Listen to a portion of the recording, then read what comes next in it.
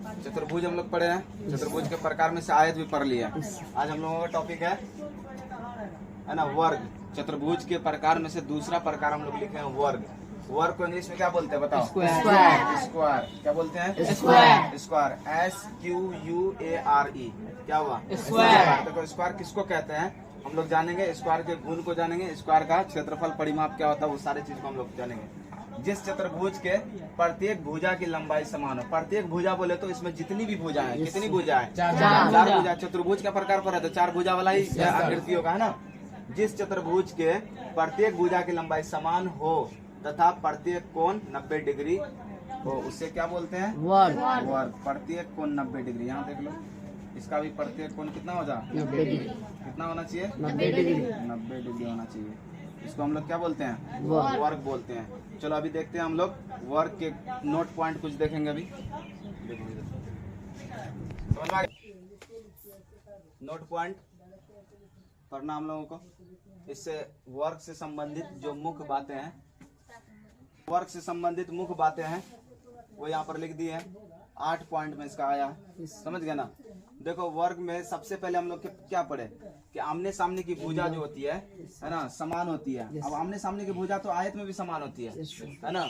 अब वर्ग में क्या होता है? प्रत्येक भुजा की लंबाई समान होती है और प्रत्येक कोण कितना डिग्री होता है? 90 डिग्री। ये भुजा, ये सारे भुजा एक दूसरे के क्या होगा? बराबर होगा। अगर एक 6 सेंटीमीटर है, ये 6 सेंटीमीटर, तो ये भी 6, ये भी 6, ये भी 6। अगर ये 6 है तो ये भी 6 होगा। इसका मतलब आमने सामने की भुजा क्या हुआ?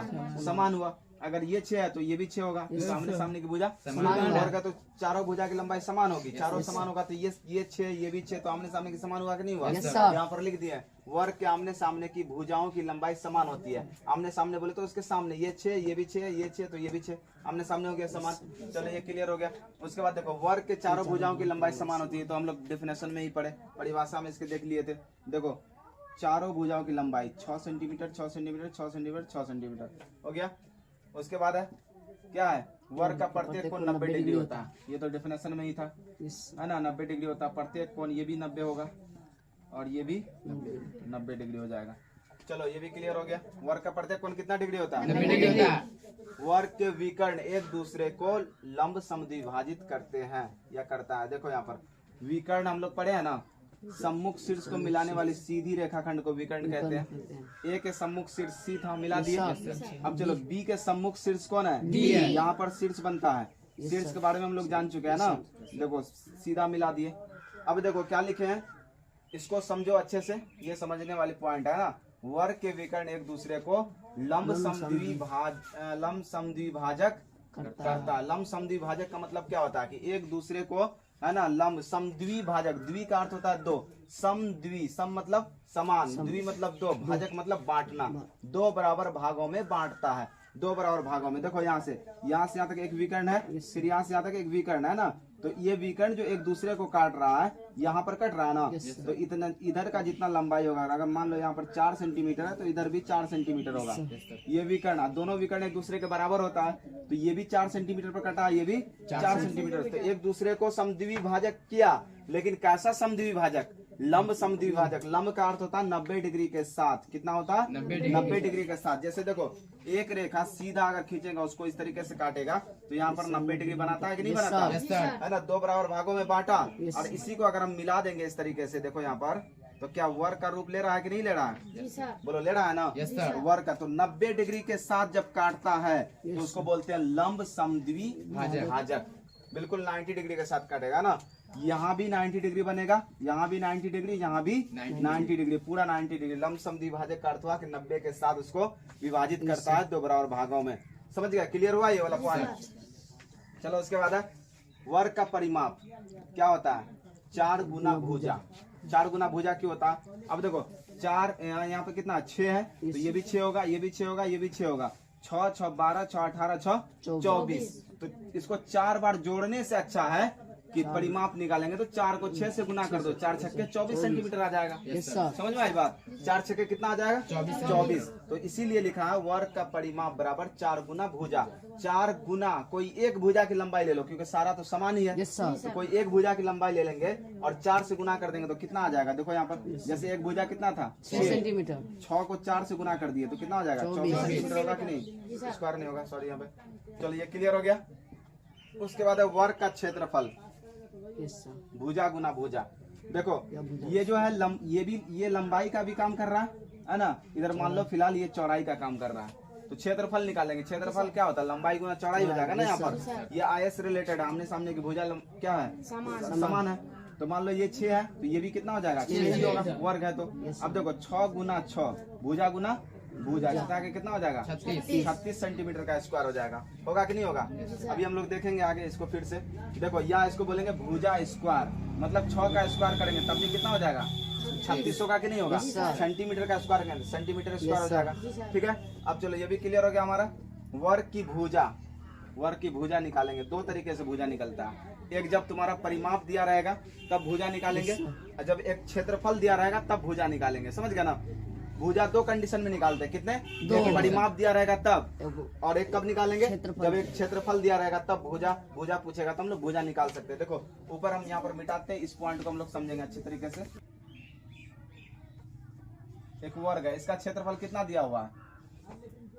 16 सेंटीमीटर स्क्वायर। मान लो एक वर्ग का क्षेत्रफल कितना दिया हुआ? 16 सेंटीमीटर। इसका हमको भुजा पता नहीं है, ये कितना होगा, ये कितना होगा, ये कितना होगा, ये कितना, ये पता नहीं है।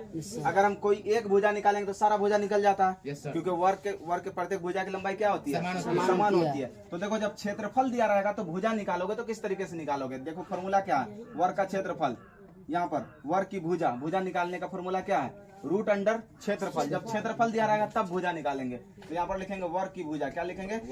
वर्ग की भुजा बराबर क्या होता है? रूट अंडर क्षेत्रफल। होता है कि नहीं होता? बोलो। तो देखो रूट अंडर क्षेत्रफल, देखो रूट अंडर क्षेत्रफल कितना है? 16 सेंटीमीटर का स्क्वायर। 16 सेंटीमीटर का स्क्वायर है, तो इसको हम क्या लिख सकते हैं बताओ? 16 सेंटीमीटर को क्या लिख सकते हैं? 4 गुना 4 लिख सकते हैं। सेंटीमीटर को सेंटीमीटर गुना सेंटीमीटर लिख सकते हैं कि नहीं? बोलो। अब देखो जब हम लोग जानते हैं कि रूट के अंदर कोई संख्या आता है तो उसको गुना के गुणनखंड करते हैं, तो जब 2 बार गुना में आता है एक बाहर निकल जाता है। वो कैसे निकलता है हम लोग पिछले क्लास में देख चुके हैं ना। ये दोनों का पावर होता है, पावर से रूट कट जाता है, उसके बाद जो वो संख्या बाहर आ जाती है। ठीक है ना? तो यहाँ पर देखो 2 संख्या गुना के रूप में समान है, तो एक को हम बाहर ले लेंगे। 2 सेंटीमीटर है तो 1 सेंटीमीटर क्या हो जाएगा? बाहर हो जाएगा। तो वर्ग की भुजा कितना हो गया? 4। अगर वर्ग की भुजा 4 है तो इसका क्षेत्रफल कितना होगा? भुजा गुना भुजा 4 गुना 4 क्या 16 सेंटीमीटर नहीं आ रहा है? क्षेत्रफल आएगा कि नहीं आएगा? तो देख लिया हम लोग, वर्ग की भुजा जब क्षेत्रफल दिया रहता है तो रूट अंडर क्षेत्रफल रखेंगे, फिर उसको तोड़ेंगे।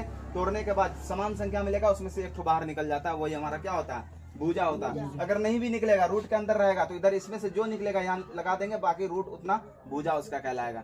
समझ में आई बात? चलो एक और भुजा निकालने का हम लोग फॉर्मूला अभी देखे थे, है ना। वर्ग की भुजा परिमाप से निकाला जाता है। अगर हमको परिमाप पता है और भुजा मांगेगा तो किस प्रकार से निकालेंगे? चलो देखो फिर से हम देखते हैं जल्दी से। देखो ये हमारा वर्ग है, ठीक है। इसका परिमाप हमको पता है, कितना है? 64 सेंटीमीटर। 64 सेंटीमीटर कितना है? 64 सेंटीमीटर। यहाँ पर देखो 64 सेंटीमीटर, तो लिख देंगे वर्ग का परिमाप कितना दिया हो बोलो? 64 सेंटीमीटर। परिमाप बराबर 64 सेंटीमीटर। हमको निकालना क्या है? वर्ग की भुजा। क्या निकालेंगे? भुजा।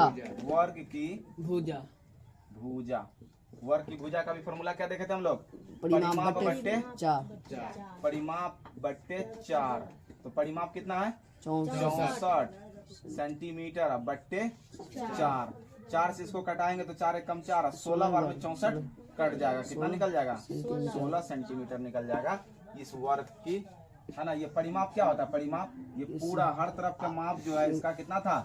64। तो हमको एक तरफ का माप निकालना था, मतलब एक भुजा की लंबाई निकालना था। तो कितना निकल गया? 16 सेंटीमीटर। तो बताओ इस प्रकार से अगर तुमको जब भुजा की लंबाई रहेगा तो उसका क्षेत्रफल और परिमाप भी निकाल लोगे। जब क्षेत्रफल दिया रहेगा तो भुजा निकाल लेंगे, जब परिमाप दिया रहेगा तब भी भुजा निकाल लेंगे। किसी को कोई दिक्कत हो जाएगा ना?